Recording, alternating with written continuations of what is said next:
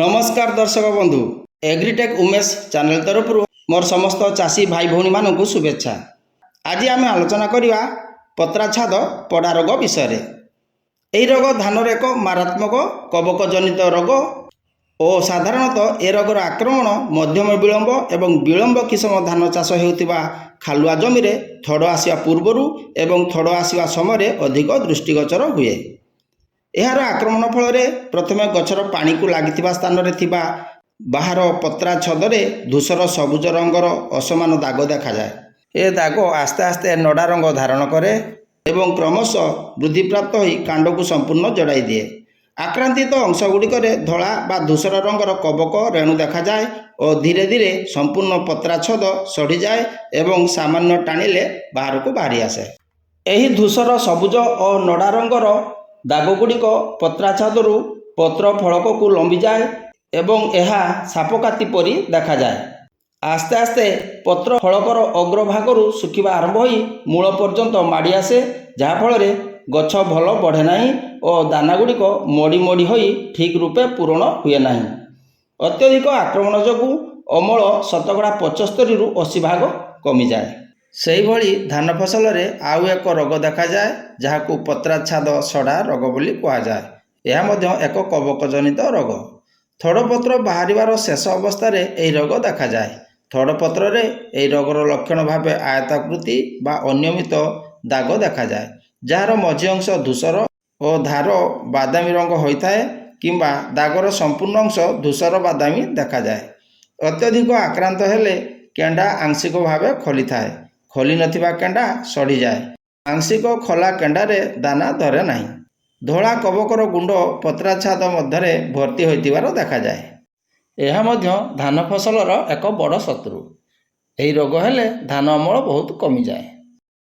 एबे आमे आलोचना करिबा पत्राछाद पड़ा रोग और सड़ा रोग को किपरि दमन करिबा। आलोचना करिया पूर्वरु मोर समस्त चाषी भाई भौणी मानक अनुरोध, जो माने ये चैनल को सब्सक्राइब करना दयाकोरी सब्सक्राइब कर दियंतु। पत्राछाद पड़ा रोग और पत्राछाद सड़ा रोग को दमन करने बजार में मिलुथिबा केते गुड़िए औषध एवं एकर प्रति केते आवश्यक से विषय आम आलोचना करिबा। नंबर 1 प्रोपिकनाजल सहित डाइफेनोकनाजल एकर प्रति 200 मिलीलीटर आवश्यक होता है। नंबर 2 ट्राइफ्लॉक्सीस्ट्रोबिन सहित टेबुकनाजल एकर प्रति 100 ग्राम आवश्यक होता है। नंबर 3 एजोक्सिस्ट्रोबिन सहित डाइफेनोकनाजल एकर प्रति 200 मिलीलीटर आवश्यक होता है। नंबर 4 कार्बेंडाजिम सहित मांकोजेब एकर प्रति 200 ग्राम आवश्यक होता है। नंबर 5 प्रोपिकनाजल 25 शतकड़ा इसी एकर प्रति 200 मिलीलीटर आवश्यक होता है। नंबर 6 भालिडामाइसिन 3 शतकड़ा एल एकर प्रति 400 मिलीलीटर आवश्यक होता है।